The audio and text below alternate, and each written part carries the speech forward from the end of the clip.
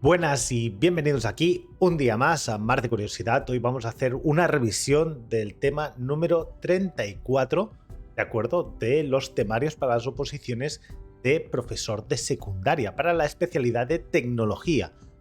Ya sabéis que esto es una serie de vídeos, estamos haciendo 71 vídeos para hacer todo lo que sería una compilación del material de tecnología para las oposiciones de secundaria, pero aún así yo creo que el tema ya de por sí es bastante interesante. Además, este tema tiene que ver con la construcción. Hablaremos de materiales de construcción, clasificación, constitución y propiedades características. Este tema, a diferencia de todos los demás que llevamos, no lo estoy haciendo en directo en Twitch, sino que ya lo estoy subiendo directamente a YouTube.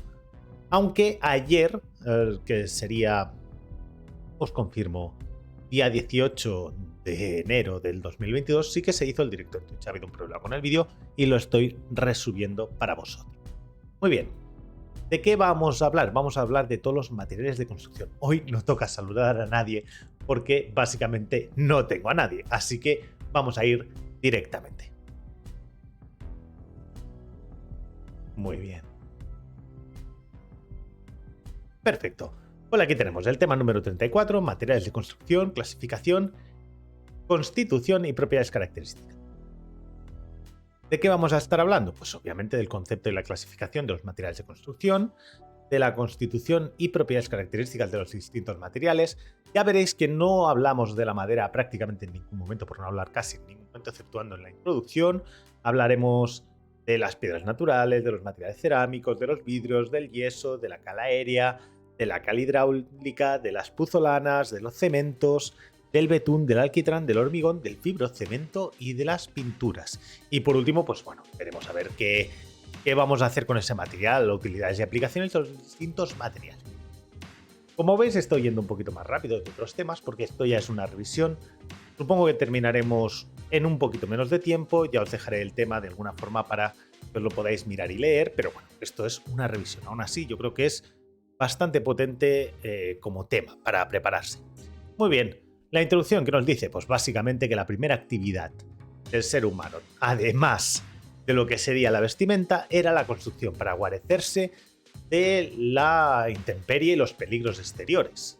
¿Vale? Construir vallas, construir muros, puertas para las cuevas y finalmente pues casas y demás.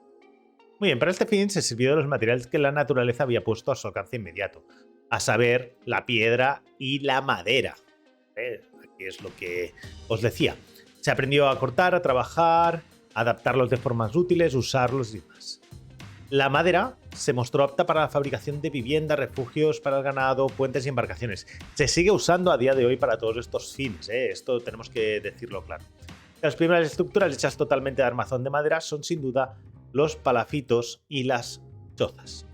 Dice, las características de este material han permitido al hombre desde la antigüedad construir una especie de jaula formada por estructuras verticales y horizontales donde guardaríamos todos los elementos y además unidas por ensambladuras y remaches. Este es el tipo original de construcción. Dice, junto con la madera, desde la más remota antigüedad, podemos remontarnos al antiguo Egipto, incluso antes, también se usarían placas, trozos grandes o pequeños de piedra, de acuerdo, para construcciones, revestimientos y demás. En tiempos modernos, pues hay materiales que son más económicos, más racionales porque cuesta menos extraerlos y te bastan menos en medio ambiente. Y bueno, poco a poco se han ido sustituyendo. No obstante, se sigue empleando mucho la piedra. Es un material noble, un material que se sigue usando y además se le tiene mucho cariño a la piedra. Dice, el ladrillo es el primer elemento constructivo creado por el hombre y aunque algunas funciones estructurales se confinan actualmente al acero y al hormigón armado, sigue siendo un material predominante. Además, tiene una industria muy potente. Los límites naturales de los materiales de empleos más antiguos han sido superados por la aparición de otros, que suelen ser combinaciones de los materiales. Ya veréis que el carbonato cálcico es algo que se sigue usando muchísimo para muchas cosas. Gracias a su desarrollo, que ha ido acompañado del progreso de la técnica, de la proyección, ha sido posible construir puentes, edificios, naves y obras portuarias cuya realización había sido inimaginable años atrás. ¿De acuerdo? Pensad, no solo tenemos los nuevos materiales, sino que además hemos aprendido a usarlos de formas más eficientes. Dice, en este tema estudiaremos los materiales de construcción, clasificación, constitución y propiedad. Venga, vamos a ir un poquito a los materiales de construcción, ¿vale? ¿Qué es y cómo los clasificamos, ¿no? Pues hablaremos de que los materiales de construcción se definen como los elementos que integran las obras de construcción, es decir, todo lo que hoy integra la obra, desde el plan, es decir, desde el suelo, lo que serían las bases, la estructura subterránea, hasta la techumbre. Se da una gran diversidad y para su estudio hay que agruparlos, y esa suele ser la parte complicada, cómo los agrupamos, ¿no? Y eso se encarga la clasificación. Vale. ¿Cómo los podríamos clasificar? Pues por dónde los ponemos. Pues si son un material para el techo, o son un material para las paredes, o son un material para el suelo. Pero claro, ¿qué pasaría? Que hay materiales que se usan en todos los niveles. No es una buena clasificación. Y hay otra forma de clasificar que es como más adecuada, que es según su origen, que es la que usaremos aquí.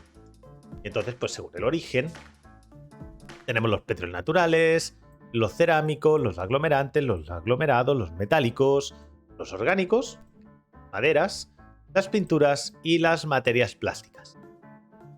Y bueno, dentro de esto, pues empezaríamos por los pétreos, ¿no? Y tenemos que diferenciar entre piedras naturales y piedras artificiales. Las piedras naturales son aquellas que podemos extraer, de acuerdo, directamente de la naturaleza, en minas, canteras y demás.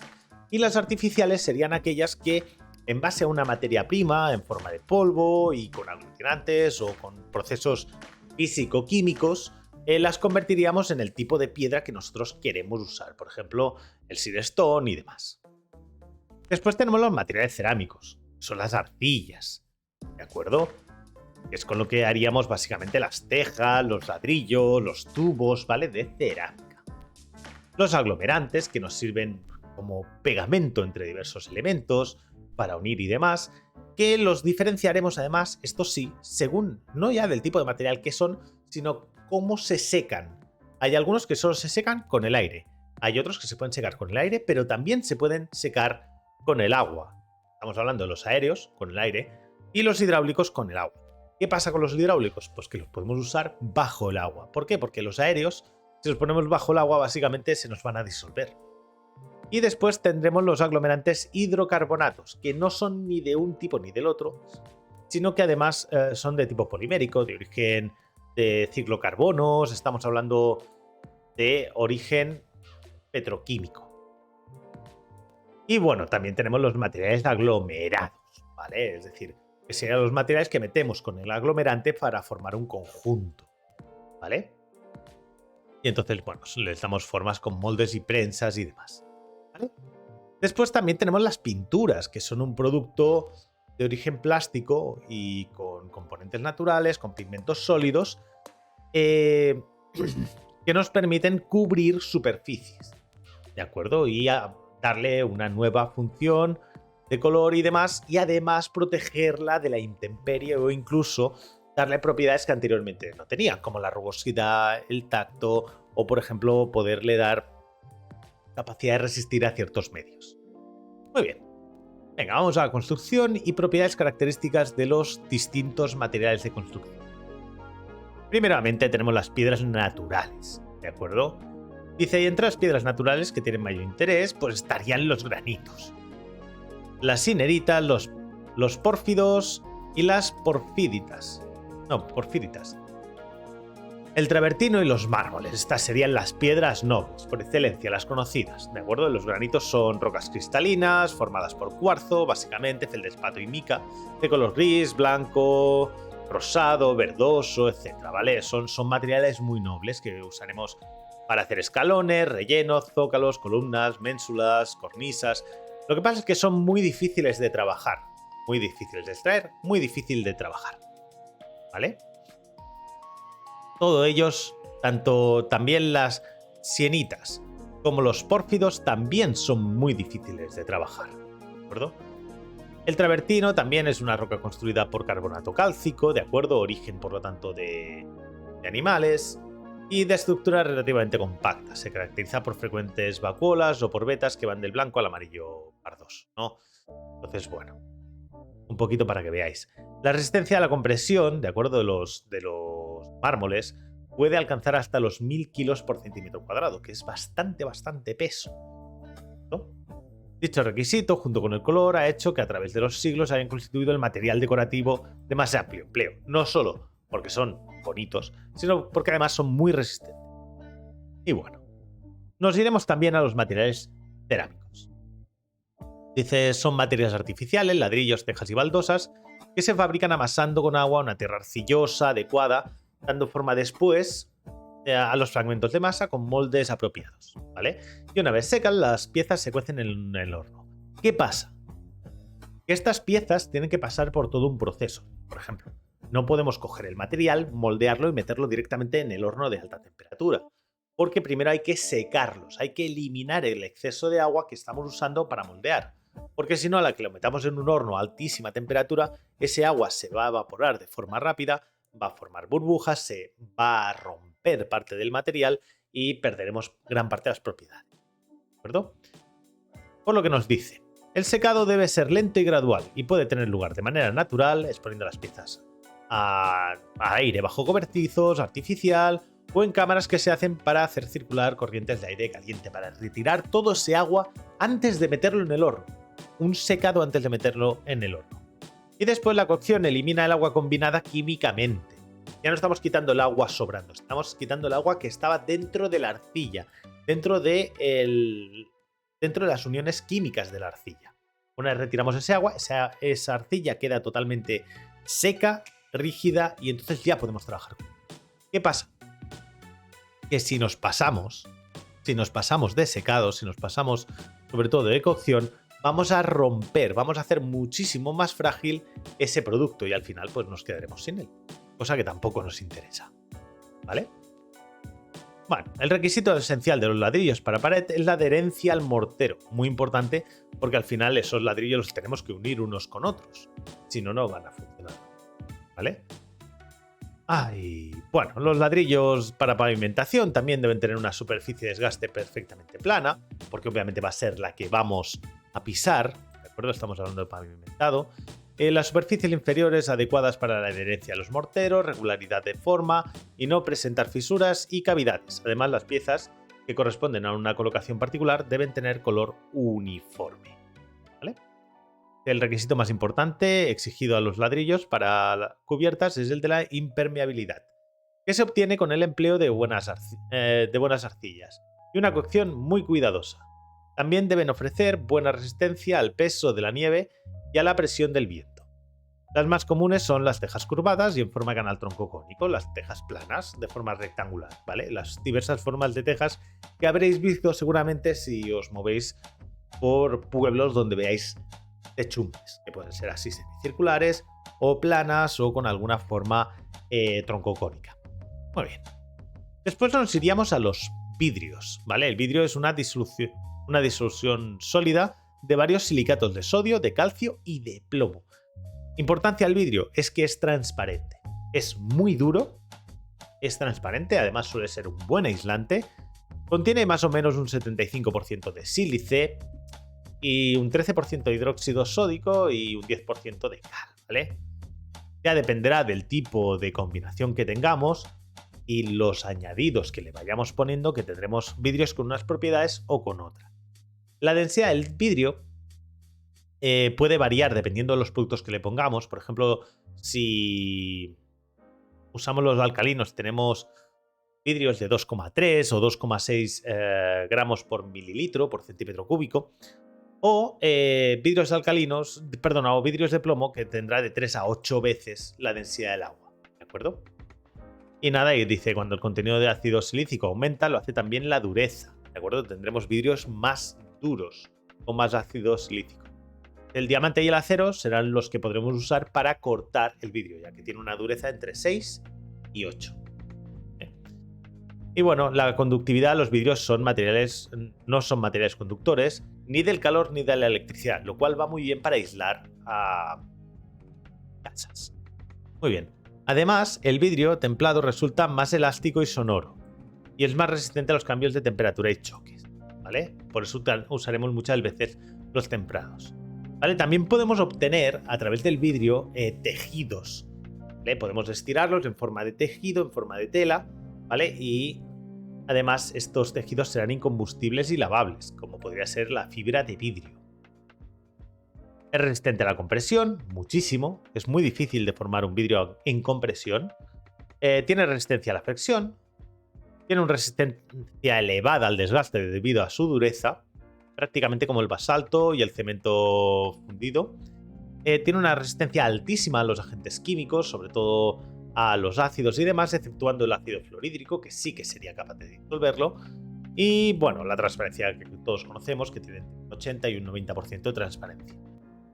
Después tendríamos el yeso, que dependerá de... bueno, eso es uno de los materiales más blandos que existe, ¿de acuerdo? Y básicamente lo amasamos con agua, lo depositaríamos y conforme va perdiéndose agua se secaría. ¿Vale? Entonces cristaliza mientras se va secando y al final se endurece. ¿De acuerdo? Muy bien.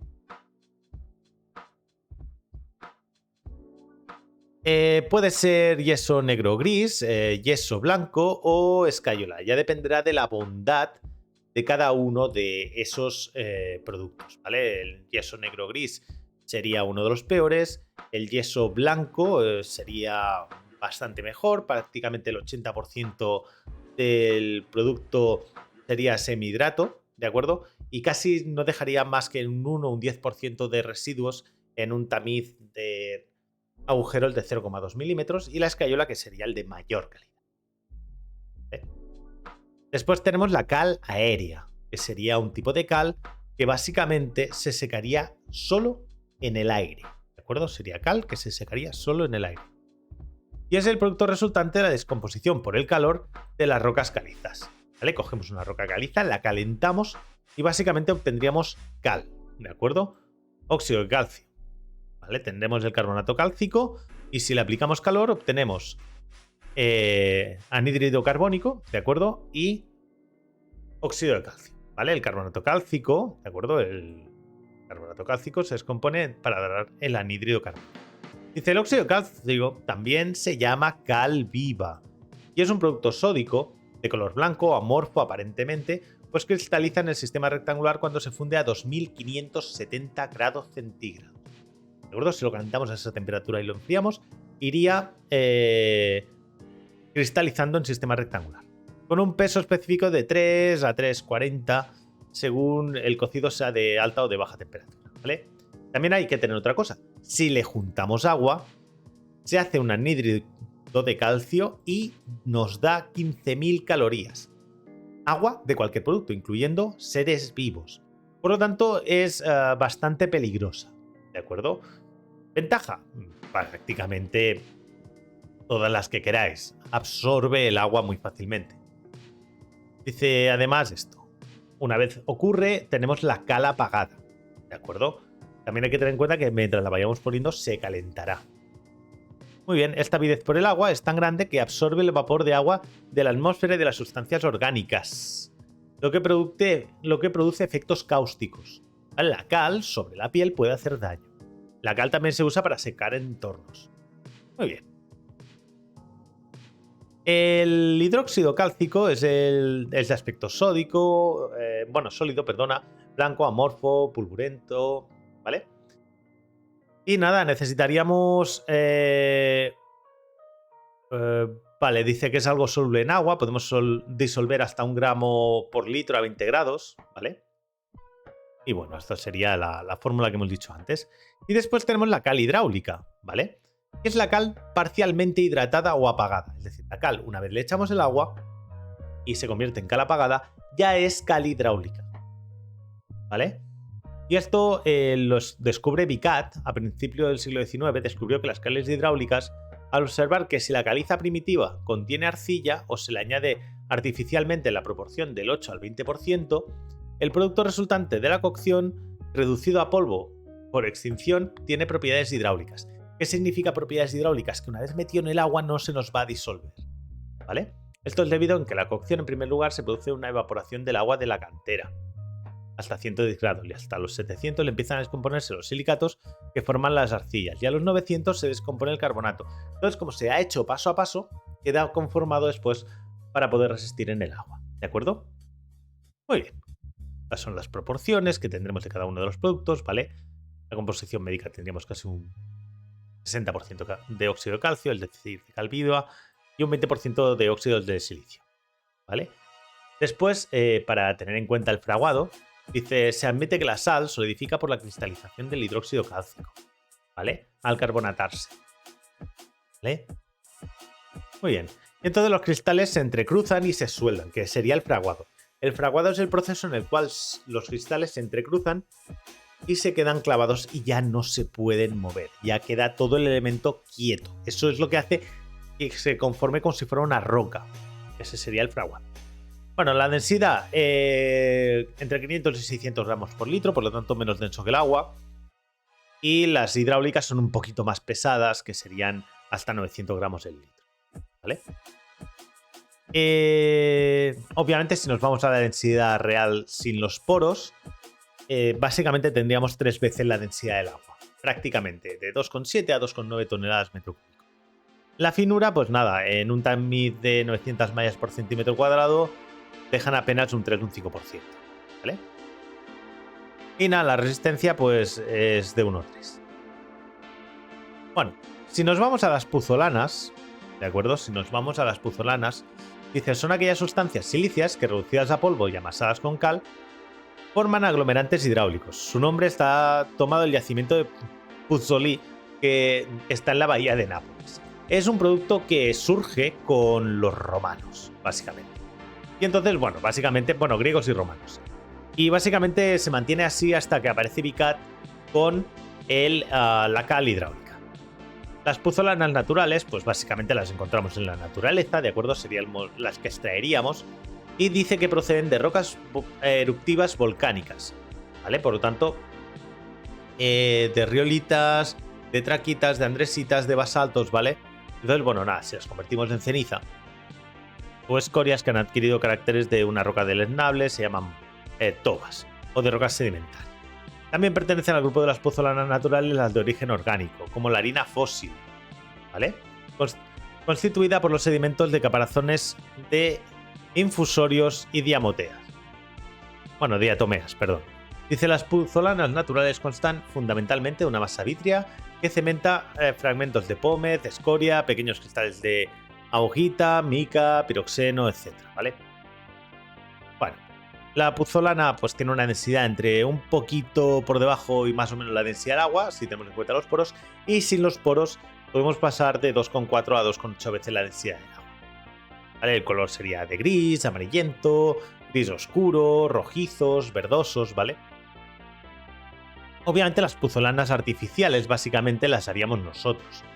Cogemos arcillas y pizarras, que hemos dicho que antes que si las calentábamos demasiado perdían las propiedades, las calentamos mucho y las enfriamos súper rápidamente, ¿vale? Esta propiedad fue conocida por las antiguas civilizaciones indias, egipcias, griegas, romanas, que la emplearon en la sustitución de las puzolanas naturales. Son más baratas, son más fáciles de obtener, las podemos obtener a voluntad, ¿de acuerdo? Dice, se admite que al calcinar las arcillas se deshidrata la eucaolitina, ¿vale? Que sería el silicato alumínico. Y se obtiene el anhídrido con una pequeña proporción en la relación sílice-alumina. Alumina sería el óxido de aluminio, ¿vale? Y al amasarlas con cal dan silicato monocálcico y aluminatos, ¿vale? Después, obviamente, tenemos un producto mucho más conocido por la industria de la construcción actual, que sería el cemento. ¿Eh? El cemento también es uno de esos inventos latinos, ¿no? Viene al menos en Europa del origen latín del caementum, del cemento.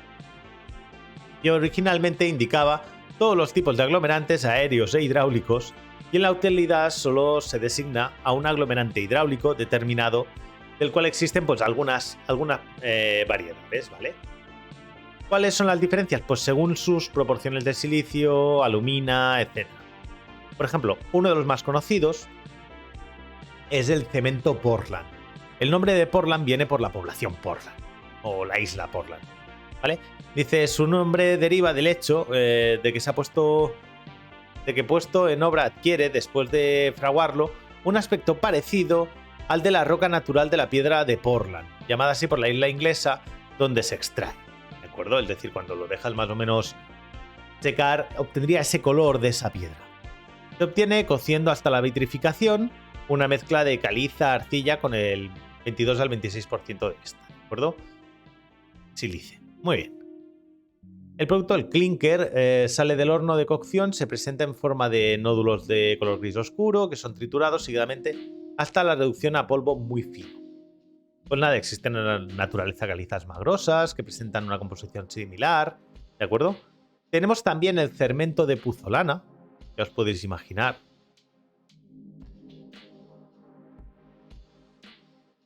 Muy bien, se obtiene mezclando y triturando finalmente el clinker, la puzolana en relación adecuada. Un buen cemento de puzolana está constituido por peso en 30 partes de esta última y en 70% de cemento Portland. Después tenemos el cemento aluminoso, básicamente le pondríamos una cantidad de aluminio, reducimos la cantidad de sílice al 9 al 10% y le aumentamos la alumina hasta casi el 45%. Pensad una cosa, el aluminio se usa mucho en la construcción, no solo en los acabados limpios de aluminio que veis, por ejemplo, para los marcos de las ventanas, sino en el uso para la construcción de cementos y demás. Y bueno, también tenemos el cemento de alto horno. El cemento de alto horno básicamente nos aprovechamos de los residuos de los altos hornos en donde se produce el acero, ¿de acuerdo? Ahí básicamente tenemos una cantidad de residuos que nosotros podemos extraer y aprovechar para la construcción. Entonces básicamente usaremos las escorias, ¿vale? Y usaremos más o menos, dependiendo de cómo sean, desde el 30% hasta el 85%. Entonces se tritura todo con cemento Portland entre la proporción de cemento Portland y la proporción de esta escoria que extraemos. Y bueno, después también tenemos el betún, ¿de acuerdo? Ahora pasamos a los productos estos de origen de hidrocarburo. Como veis, aquí cambia completamente la proporción de materiales y básicamente pasamos de tener carbonato cálcico a tener carbono al 88%, 80-88% y demás, ¿vale? Vienen de los hidrocarburos cíclicos, ¿de acuerdo? Y en los betunes se han encontrado los siguientes componentes: asfaltenos, maltenos, carboneros y resinas asfálticas, ¿de acuerdo? Iréis viendo cada uno de estos productos y las diferencias entre ellos son las viscosidades y las temperaturas en las cuales fluyen mejor o peor, ¿vale? Los asfaltenos, ya os podéis hacer una idea, tienen propiedades aglutinantes, son los que usaríamos para las carreteras. Los maltenos son blandos, ¿vale? Porque contienen la parafina. Los carbenos son cuerpos negros brillantes con gran proporción de carbono, ¿vale? Y básicamente si hay demasiado carbeno, se pierde la ductilidad y la adhesividad. Y bueno, los carboides, las resinas, ¿vale? Son sólidos de color rojizo y oscuro, ¿de acuerdo? Bueno, dice, todos estos componentes forman una microemulsión en la que la fase continua la sustituyen por maltenos y discontinuas por asfaltenos, ¿no? Y entonces se va montando una cadena. Bueno, los betunes son de color negro o marrón oscuro y pueden estar en estado sólido, viscoso, blando y líquido. Y la densidad pues más o menos iría de 1,1 a 1,4 gramos por mililitro. Los betunes son sólidos a temperatura ambiente, ¿vale? Se reblandecen cuando superan los 50 grados y se funden de 100 a 130 grados. Los betunes son muy estables a temperaturas altas, ¿de acuerdo? Así, los calentados a 163 grados pierden menos de un 1%, ¿vale? Del producto. Y entonces esto les da una característica diferente a los alquitranes. Y bueno, vamos a los alquitranes, ¿no? Dice, el alquitrán está constituido por una mezcla muy compleja de hidrocarburos, ácidos y bases aromáticas, hasta unos 200 compuestos.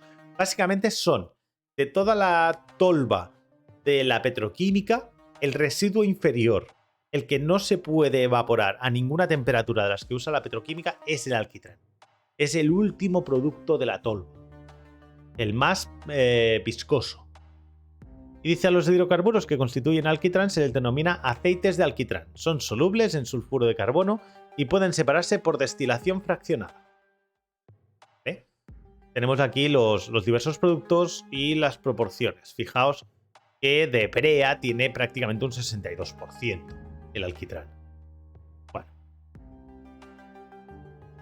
La viscosidad pues suele ser bastante elevada y dependerá de cuánta brea y resina tengan, ¿vale? Y deben tener tendencia a crear superficie, ¿vale? Porque nuestro objetivo es calentarlo, dejarlo extendido por una superficie y que monte una capa protectora, porque normalmente se usan para pavimentar. ¿De acuerdo? Dice, la viscosidad de los productos bituminosos disminuye a medida que se eleva la temperatura. ¿De ¿de acuerdo? Cuanto más calentemos, más fácil será moverse.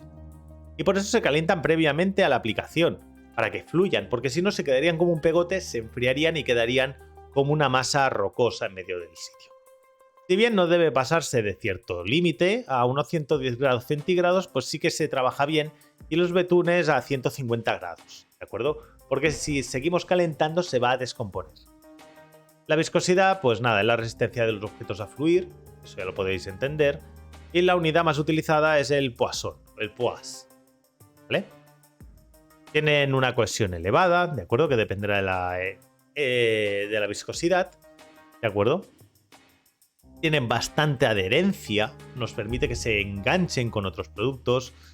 Tienen un secado que requerirá un tiempo, ¿de acuerdo? Porque básicamente lo que tienen que hacer es extraerse los aceites volátiles, entonces se realiza el secado. Y estos aceites se secan y se extraen entre 170 y 230 grados. Y bueno, también tendríamos el hormigón. El hormigón es otro producto del cual conocemos y el cual hemos trabajado con él durante muchos años. ¿De acuerdo? Ya se usaba en tiempo de los romanos. El hormigón básicamente es un material que está compuesto de cemento, de arena, de grava o de arcilla, ¿de acuerdo? Tenemos el cemento y arenas. Y estos materiales pues ya se conocían en tiempos de los romanos, ya lo hemos dicho.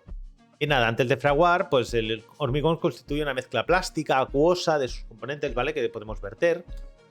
Y hay muchos tipos de hormigón, eso lo tenemos que tener claro. Y básicamente, conforme se va secando, lo que van haciendo son cristales otra vez. Se entrelazan, ¿de los cristales?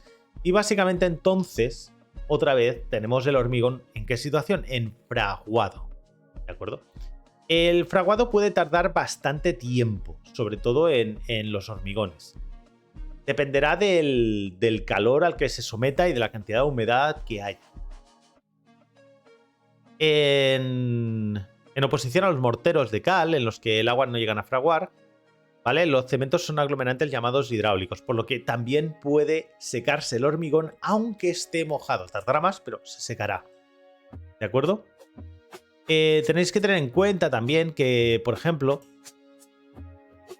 también podemos usarlos junto con el acero o con el hierro, con lo que podemos montar, por ejemplo, lo que llamaríamos el hormigón armado, básicamente una base, una estructura de hierro rodeada de este hormigón que le dará una dureza. Muy bien. También tenemos los fibrocementos, ¿de acuerdo? Que son cementos, pero que además se le meten fibras minerales o vegetales. Y entonces al fraguar no solo tendrá la estructura de la fibra, bueno, la estructura de los cristales que le dan la dureza, sino que además tendremos fibras que evitarán que se mueva. Por lo tanto, el fibrocemento tiene poco peso, tiene homogeneidad, tiene gran resistencia mecánica, poder aislante elevado, es incombustible, es imputrescible, es decir, no se puede pudrir, se puede serrar, taladrar, clavar, tornear fácilmente como la madera y además se puede teñir con colorantes minerales. Es decir, el fibrocemento es un producto bastante versátil. Por último ya tendríamos las pinturas, ¿de acuerdo? Las pinturas básicamente es un material que permite extender unos tintes, unos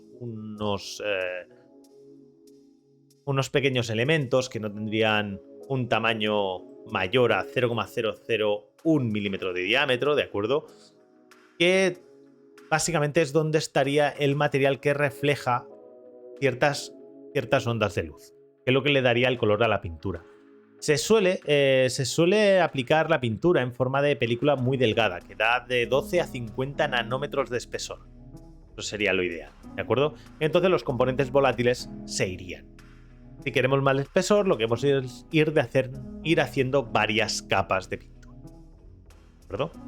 El ligante básicamente es una sustancia orgánica polimerizable que, bueno, cuando lo ponemos sobre la superficie que ha de recubrirse, básicamente lo que hará será ir uniendo los diversos elementos. ¿De acuerdo? Cuanto más ligante haya, pues antes se unirá todo.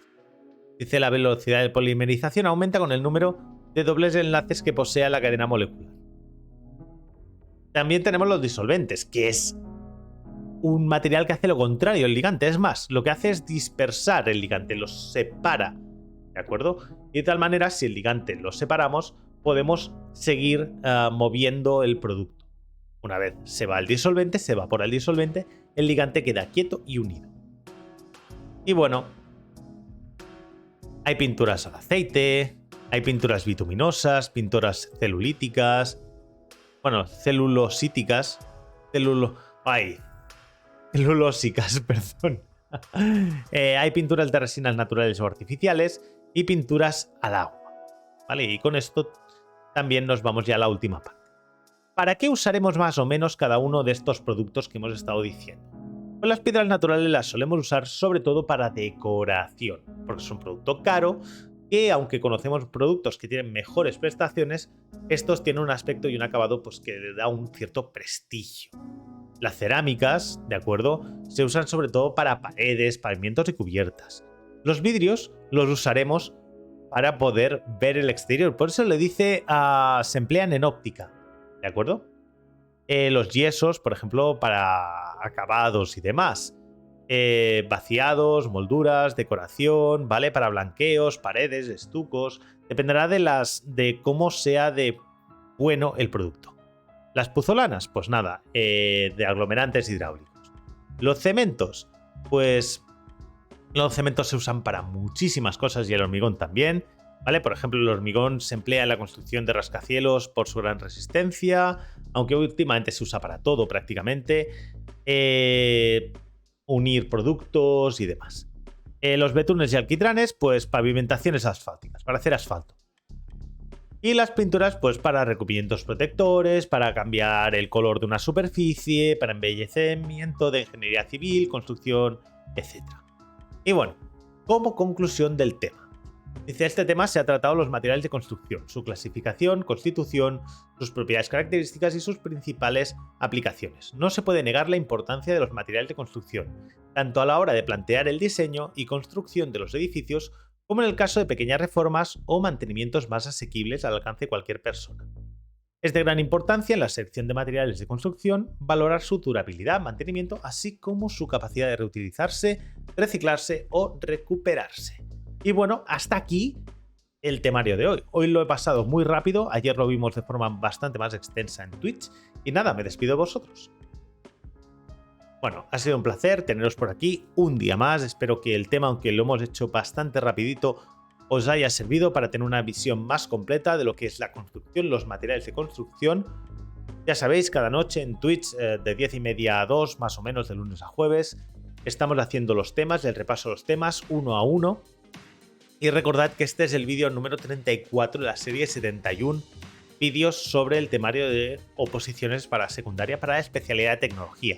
Si os ha gustado el vídeo, bueno, ya sabéis, tenemos una lista de reproducción con el resto de vídeos que seguiremos subiendo. Y nada, dadle like, suscribíos al canal, compartid y nos vemos aquí un día más en el canal de Mar de Curiosidad. Un saludo y buena prueba.